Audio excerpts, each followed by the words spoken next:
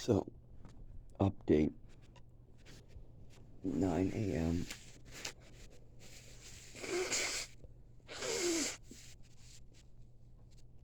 Excuse me. Every morning I wake up very sick from mold. My nose is either stuffed up or running. My eyes are watering. My hand, what was wet from dishes, is growing mold all over it. I have photographs of my rash, bumpy rash, coming in red and bumpy and all bumpy looking, and from the mold getting on the water on the back of my hand. It's almost like the fungus in between the toes.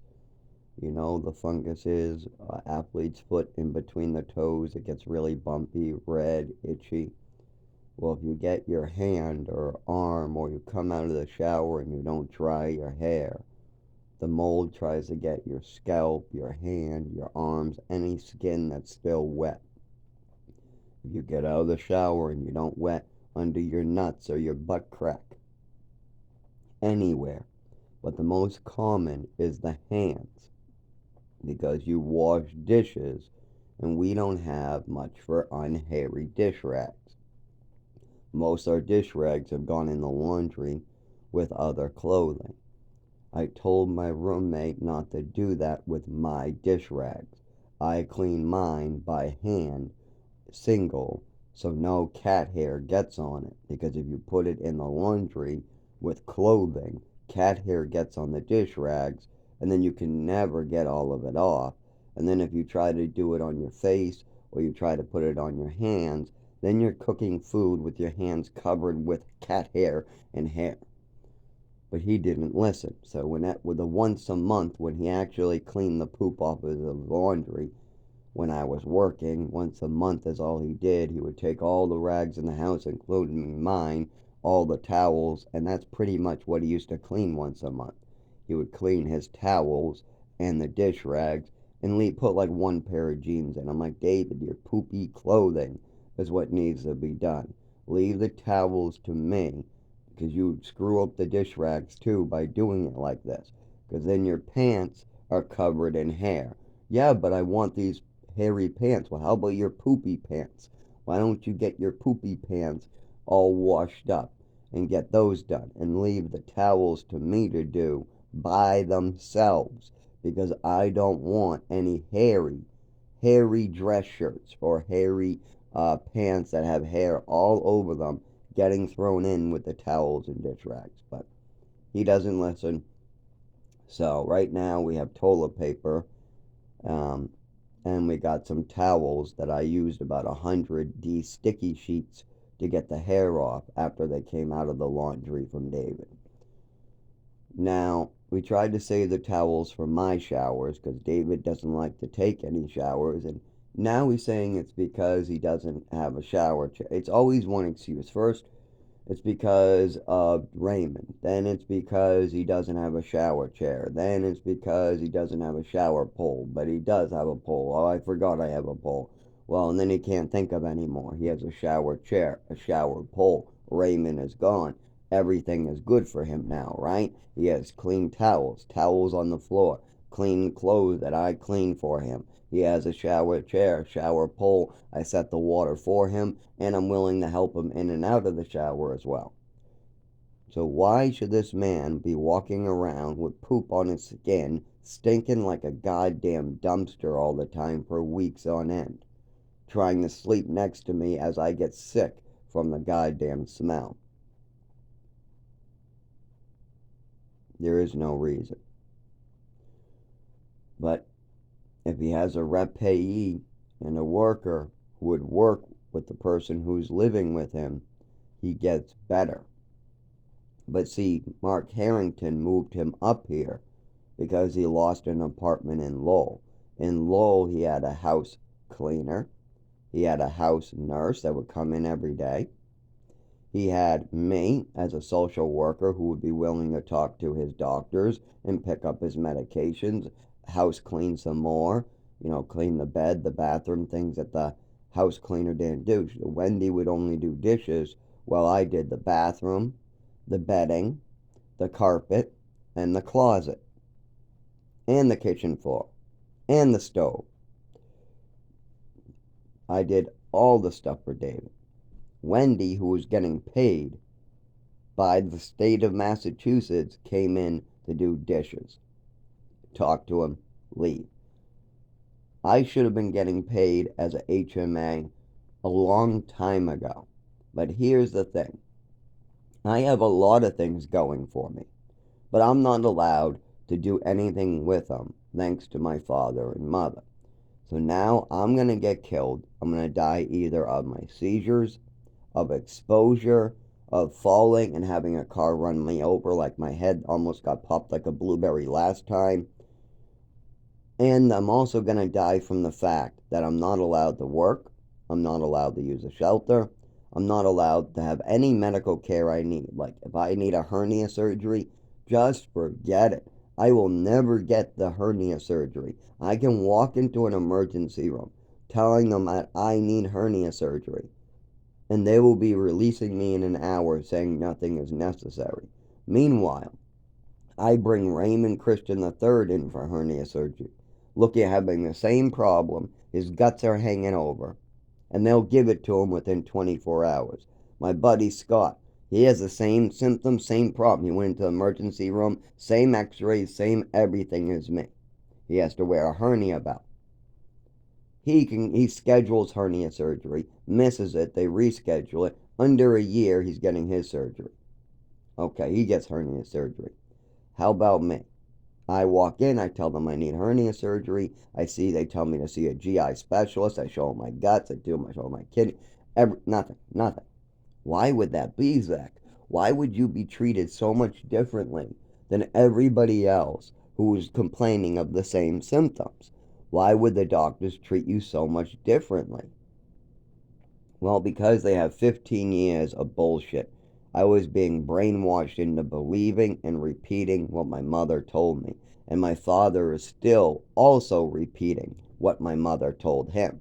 So we had me and my father believing a bunch of bullshit that means nothing. Like one of my mother's favorites were, if your son is having side effects for years on end, like nausea, drowsiness, depression, suicidal thoughts, upset stomach, vomiting, weakness, lack of appetite, stuff like that. Your son has had these side effects from multiple medications for multiple years.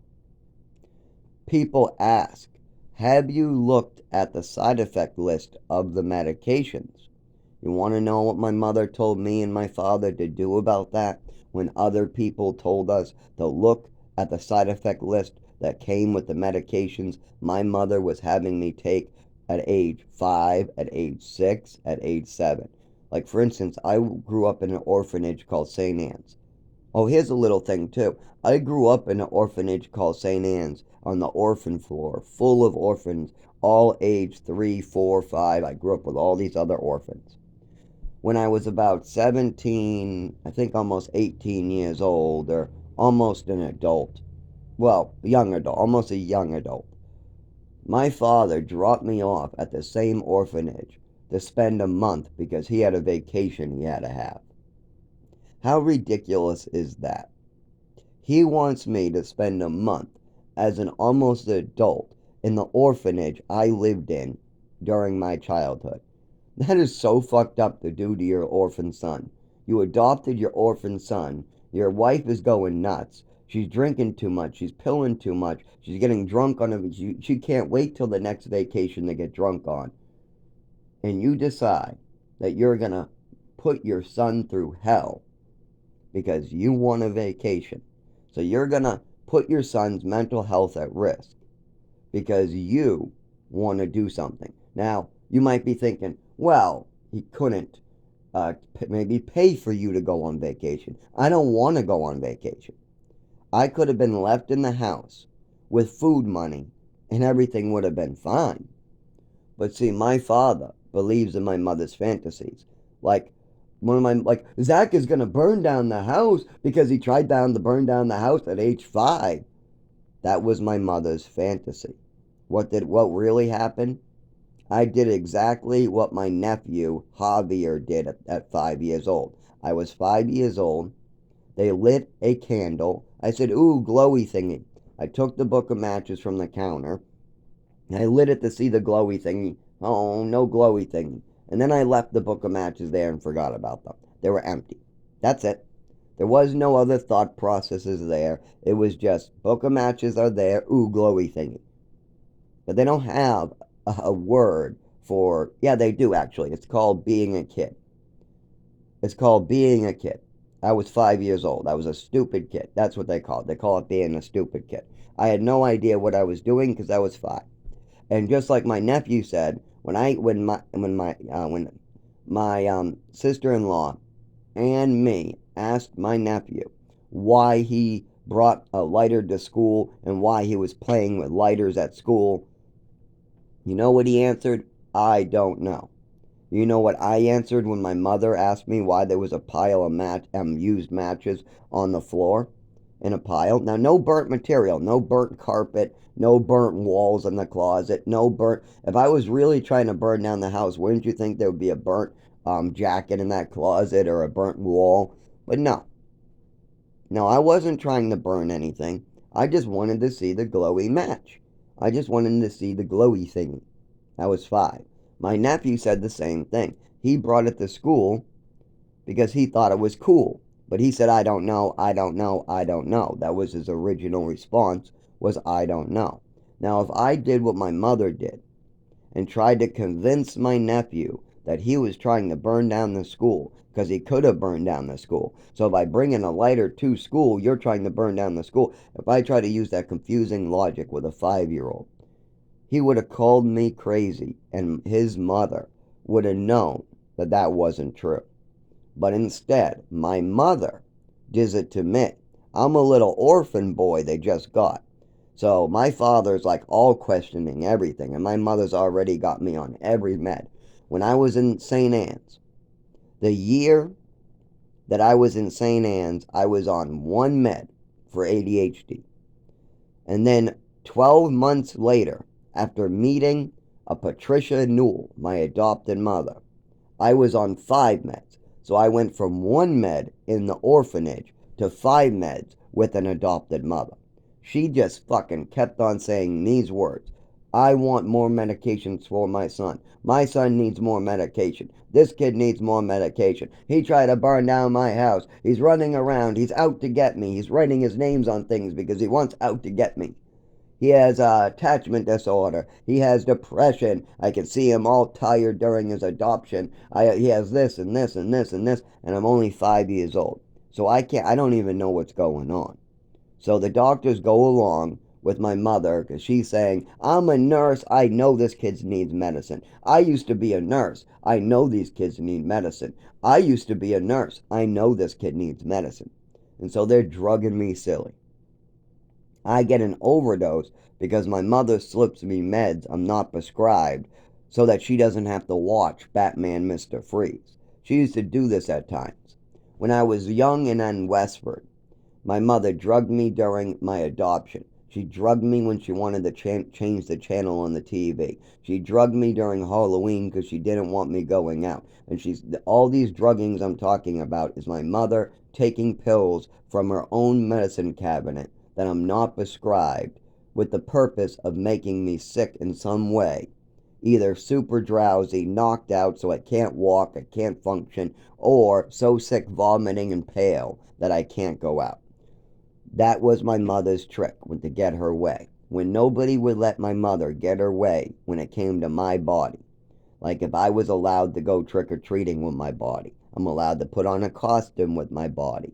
I'm allowed to go out with friends or other kids my age trick-or-treating. My mother would say, come on over here, take your medicine, and I had to do it. My mother would really, really hurt me if I didn't do what she told me.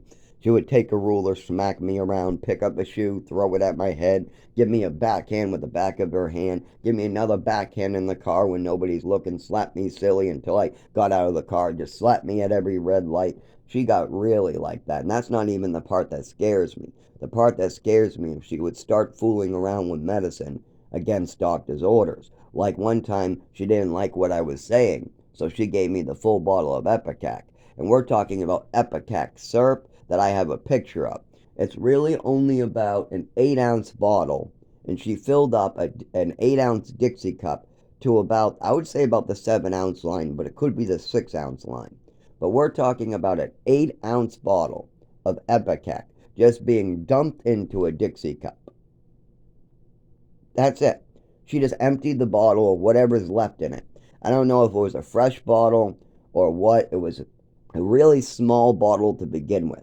It was a pretty small bottle, kind of like those 8-ounce cough medicine bottles. I looked it up online to find the exact one she had. She poured it into the thing and threw it away. I don't know where she got this Epicac from either. It was probably old-fashioned Epicac. I have no clue why my mother had bottles of Epicac stashed away. But she filled up this cup, told me she was giving me extra. Now, there was no water in this cup. It was thick. It was like trying to drink syrup. It wasn't as thick as some syrups, but it was still very thick for a syrup. And she did not add water to this, and she had me drink this and told me and told everybody how there was extra in the cup and I would have to drink it. Now, I watched her fill that cup up with no water, and I know how much she used was almost the entire bottle, or the entire bottle. I'm not sure if it was a used bottle, but she put whatever was in that bottle into the cup. That's it. And my mother was sneaky about how she did these things too. Like my mother was taking my medications for years, my Xanax, whatever controlled substances that were not prescribed to me anymore, my mother would start to take like my Xanax.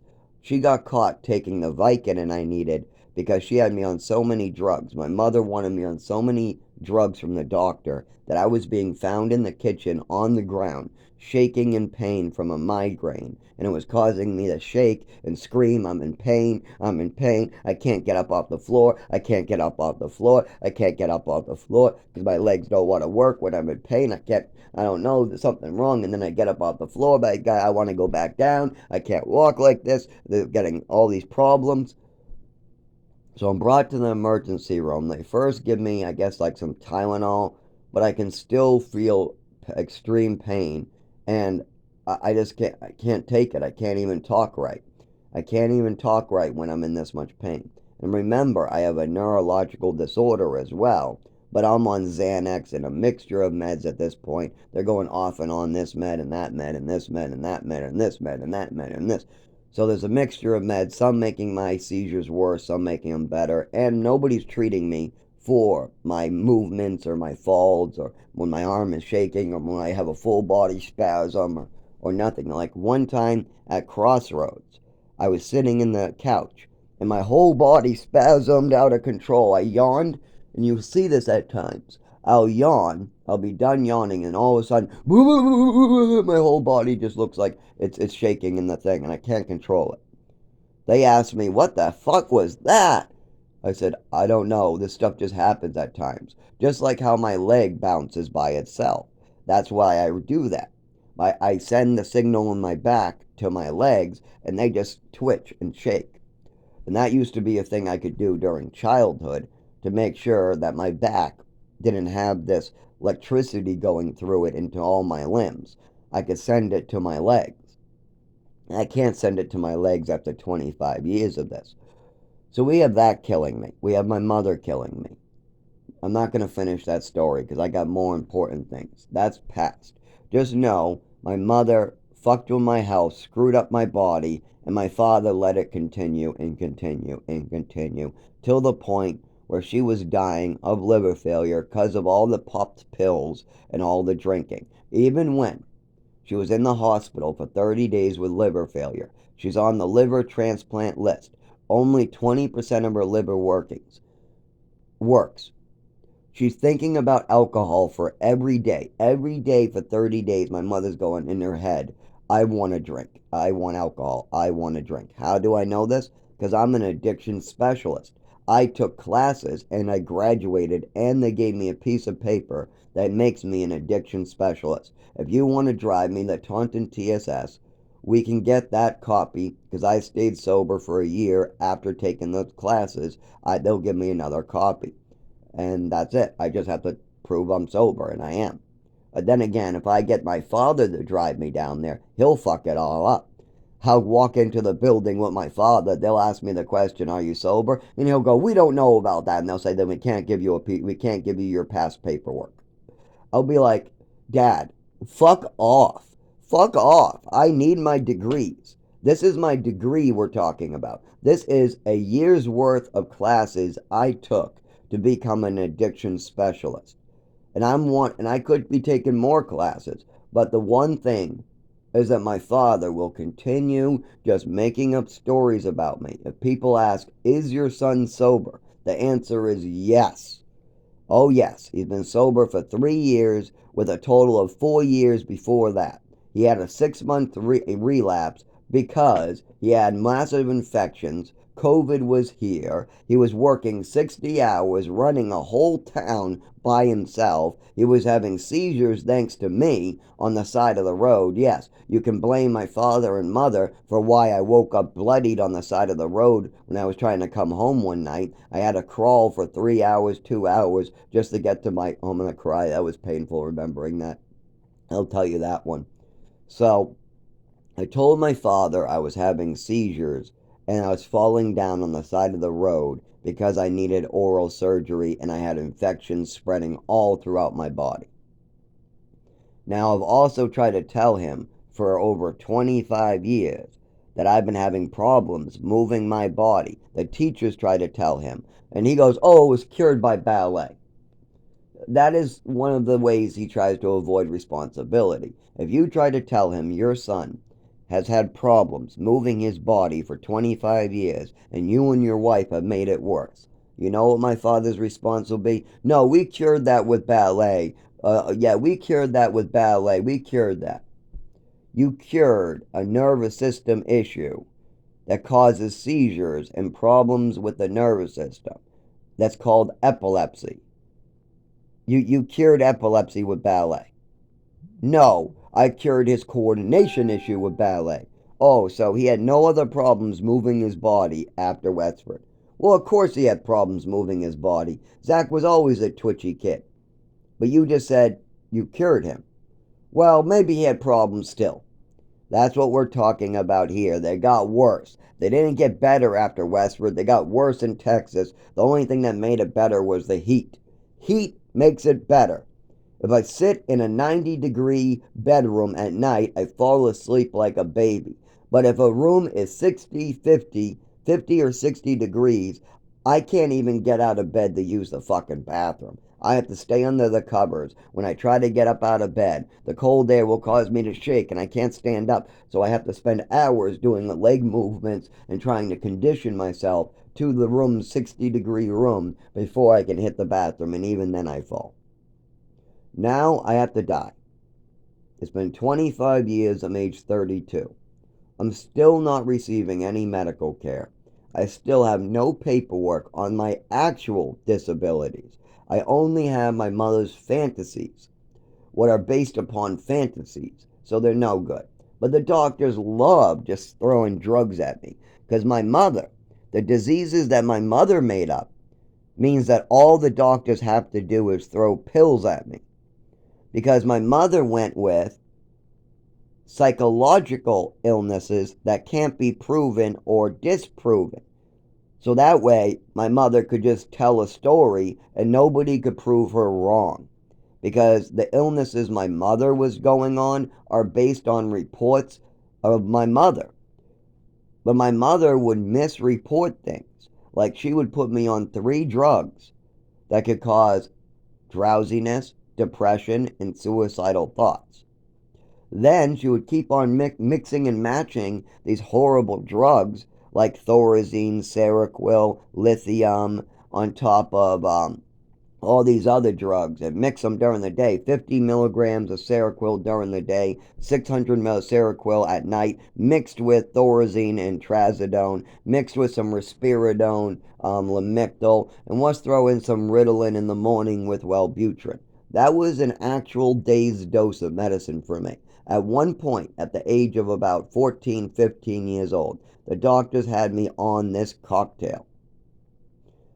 I was on so many different cocktails that was fucking with me, and I was reporting suicidal thoughts when I was on two or more medications that could cause suicidal thoughts. At the age of 7, when during the adoption, when my mother drugged me silly, the judge saw me passed out on the wooden bench, unconscious. But this was one part of my adoption. I was only age 7. So I only know my mother and father told me, this is going to be, we're going to part of the adoption. Then she said, come take your pills. I took my pills and I passed out in the car. Then she woke me up and we tried to walk into the courthouse and I passed straight out onto the bench. As soon as we sat on the wooden bench in the small courtroom, or maybe it wasn't a courthouse, it could have been City Hall too, or any place with long church benches that had like a courtroom type atmosphere, you know, the two areas for defendants or whatever, very small, hick type town. This was very, very small. And I wasn't awake for much of it. I went straight out because of the pills. I couldn't even walk. So I pass out. My mother wakes me up again, goes, it's all over. I'm like, what? I didn't even get to meet the judge. I didn't even get to meet anybody. We came in here and it was empty, and now I wake up and it's empty again. And I'm looking around and I just put my head back down on the wooden bench. And then my mother goes, no, no, no, we gotta go now. We gotta go to your party. And I'm like, oh, really? I don't want to get presents. I just want to sleep. But no, she goes, we gotta go. And then she tries to walk me, but she can see I'm way too fucked up on the pills she got me and that pills she gave me. That ones I was not prescribed, the ones she slipped to me just for because my mother wanted to get her way again. Whenever my mother had to get her way, she slipped me pills. Remember that. So, anyways, she tries to carry me out of this courtroom type thing. That part of the adoption having to do with paperwork through the state or something. Anyways, that's not the important part of it. Anyway, she tries to carry me out of the courtroom, but she says I'm too heavy. So about halfway out of the courtroom or out of this room, whatever it was, a part of the adoption, whatever it was, part of the adoption, we'll call it. A room that looked court-like with wooden benches and a judge stand, part of the adoption. Anyway, so they try to get me, my father's long gone. He's already out of this courtroom. But my mother's still behind trying to get me. So, she tries to lift me up and carry me, but she says I'm too heavy. So she has me walk out, but I'm stumbling and I'm tired. She goes, can't you walk right? I go, I'm tired. The meds you gave me, the pills you gave me. And then she goes, oh, that's right. I forgot. I drugged him. And she whispers to herself, oh, that's right. And so she remembers that she gave me pills again. And it's not my fault I can't walk. You slipped me fucking pills, you cunt. But anyways, I stumble my way out of there and I stumble my way into the car and I pass right out. But right before I pass out, they go, aren't you excited to be adopted? And I say, yeah. And I fall back to sleep. And then my father's like, what the fuck is up with this kid? We just adopted him and he seems like he's mad or tired or depressed. What the fuck is up with him? And my mother goes, oh, I don't know. He's probably nervous. It's probably all the stress. It's probably some mental condition like depression. My mother's making up all these illnesses again because she has Munchausen syndrome. She loves this new orphan boy's idea of him being sick all the time. That way she can drug him and play with his body and she can play with me like I'm a doll, you know what I mean? She can use my body however she seems fit against doctor's orders. She wants to play with me. Anyways, I'm her pet, right? I was adopted to be this woman's pet. She said this many times, that she thought I was less than a dog. Dogs, if you drug or kick, you go to jail. If you kick or drug Zach, it's okay. And this is the behavior that my family learned. They learned it was okay to call me names. Yes, my own family. They used to call me names like Gimpy because I was a gimp. My name should be Zimp because I'm a gimp. Because your mother's calling you all these gimpy names. You take the short bus. And you came out of Texas, New Mexico, and Maine stupid for some reason. Yeah, because I never went to school for 3 years, and then I lost a fourth year while living in Chelmsford, and I had multiple reevaluations on top of that. You have me redoing first grade. There's a missed year. You got 2 years of no education whatsoever, and that's in Maine and 18 months in New Mexico. So that's 6 months in Maine, 18 months in New Mexico, no education whatsoever. Nothing you would count as an education that would be anything close to what other kids in school learn. I didn't learn none of what I needed. None. Of course, they didn't have a teacher either in New Mexico. They had one in the beginning, but she couldn't make it. And then they had one at the end who was just getting started but said that there was no way he could do this because they had all these different age groups. So we had 1 hour at the end with a real teacher. And he had no way to teach us our classes. So he just had us building with hot glue and going outside to grab straw and build this big hut. He used to read to us from a book and then have us build this big hut. Anyway, so you got a lot of shit like that going on. Now I'm 32. What do you think happens to me now? I go to the doctors, I go to Social Security, I go to work, and I pay my rent, right? No. I've done that. If I go to the doctors, they try to malpractice me and they treat everything like it has to be proven right away. If I have a hernia, I have to wait 10 years to get hernia surgery. If I have a seizure on the side of the road and the ambulance picks me up, they just release me on site without even diagnosing the seizure or head injury. They don't even put concussion down. That's how stupid they are. Yes. Now, why would a hick hospital or why would a hospital do this to a homeless man in Lowell and do it to a hardworking citizen of Rochester? I mean, I run all your gas stations. I'm the guy who worked 60 hours during COVID and is working 40 hours while injured, while having seizures on the side of the road to get there. So why would this guy have to be put through hell and back by his own doctor's offices? Oh, of course, my mother and father said everything is a fantasy. I'm mentally ill and I just want to show off my pee and ballsy to the emergency rooms. I just fall on purpose and bleed all over the place and need stitches because I play a game because I'm a drug addict. That's what my mother and father, well, sorry, my mother died.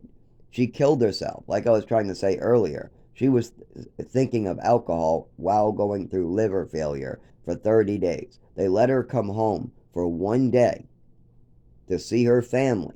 My mother pulled a trick on the doctor. She wanted to come home to drink booze, but she lied to the doctor saying she wanted to come home to see her son, Zachary. So when it was time to come home and see Zachary, I was right there to give her a hug right in the front door. But she didn't like this, because remember, she's been trying to convince everybody I'm an evil person. She's trying to convince everybody that I'm mental and I'm out to get her. But now she's going through liver failure and I'm right there in the doorway to give her a hug. She blows past my hug. She doesn't want a hug. She goes straight for the liquor cabinet. She opens up the liquor cabinet, starts pouring herself a drink, sits on the couch ignoring her son who wants to give her a hug, and starts guzzling a martini or starts drinking vodka. And this is one of the most vodka-filled martinis I ever saw her make. I've seen her make a lot of her martinis. Cranberry juice, vodka, skip the triple sec. She used to like triple sec once in a while in it because that's why there was a bottle of triple sec. But sometimes she would skip the triple sec and just do cranberry juice, vodka. She used to say the triple sec bothered her. I think it was acid reflux. Sometimes she would say it was the taste of the triple sec. But anyways, she liked cranberry juice, vodka.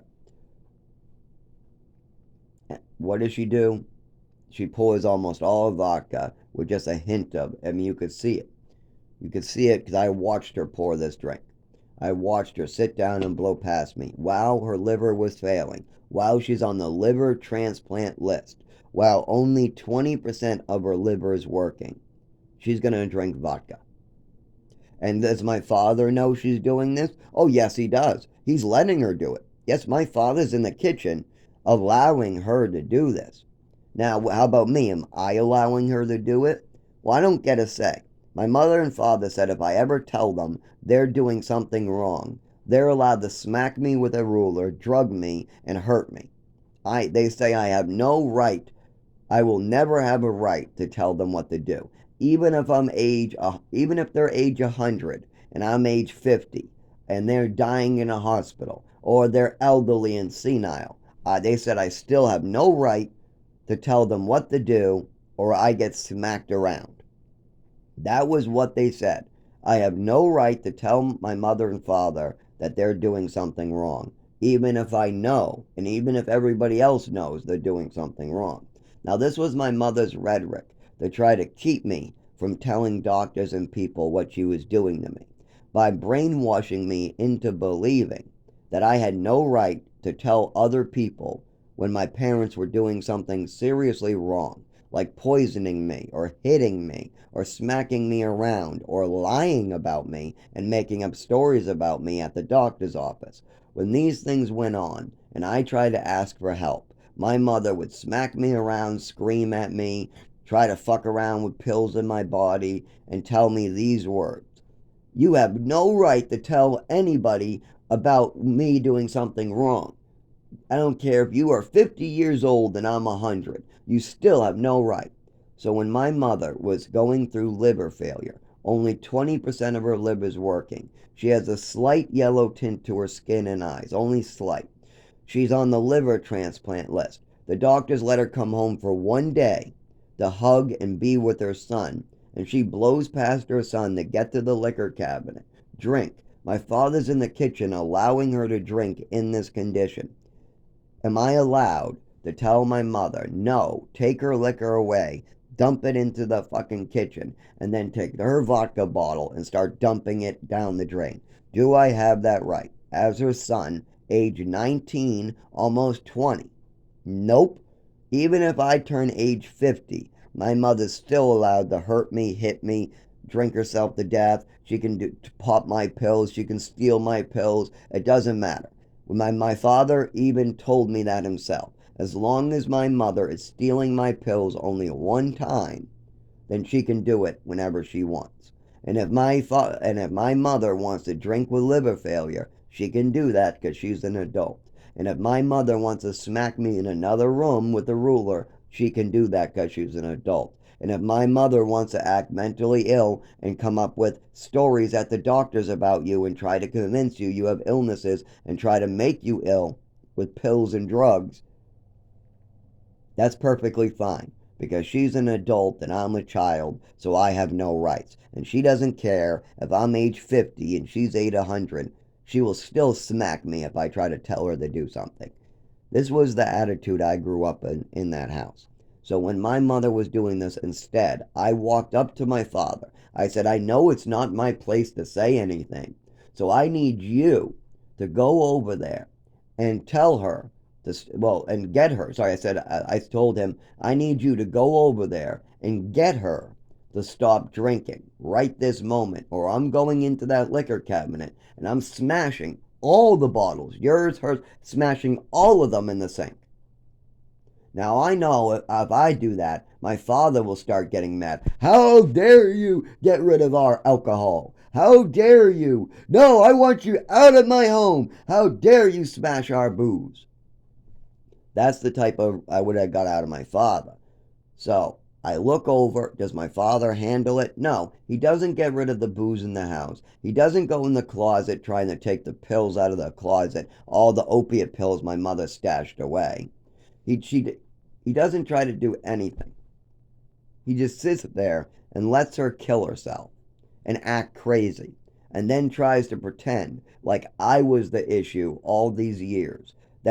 Just because it's easier for him to blame me than live in the real world where he married a real crazy witch that was hurting not only me. You think his grandson loved watching me get hit with a ruler? Yes, she used to do this in front of the grandson. Yeah, if you think this is bad for me, because I'm just a little orphan kid that was adopted by these elderly parents. My father's 89 and my mother died before retirement age in her 60s. So she died before she hit 65. I believe she just hit 63 when she passed away. Now, my father will also continue to lie about this. If you ask him, how did your wife die? He'll say old age, because the fantasy is so much better than the real life. He was in that house with me when she died. I was there. My father was there. But we're the only two that know the truth. So if my father decides to hide and protect her bullshit craziness, meanwhile I have to hurt and suffer for it, I have to suffer because my father wants to keep secrets about his second wife and what she did to a little orphan boy for over 15 fucking years. And now I'm not allowed to get medical care. I'm not allowed to work. Well, until doctors give me the actual paperwork on my epilepsy, on why my legs stop moving, why I twitch and have spasms every day of my life. I mean, my legs were bouncing every day of my life during childhood. I bumped into things every day of my life, ever since the overdose that my mother put me through. When I woke up from that overdose, my nervous system was not the same ever again. My speech is bad because I haven't even taken my Trileptal yet. I'm living in an apartment full of mold, and I'm even going to lose this apartment because of my father and mother. I'm not kidding. I'm not kidding. The landlord's all upset because he didn't get his money.